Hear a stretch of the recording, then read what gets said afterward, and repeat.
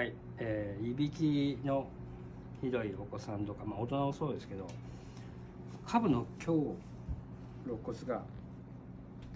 せせり上がってるんですよね。これがこうならないといけない。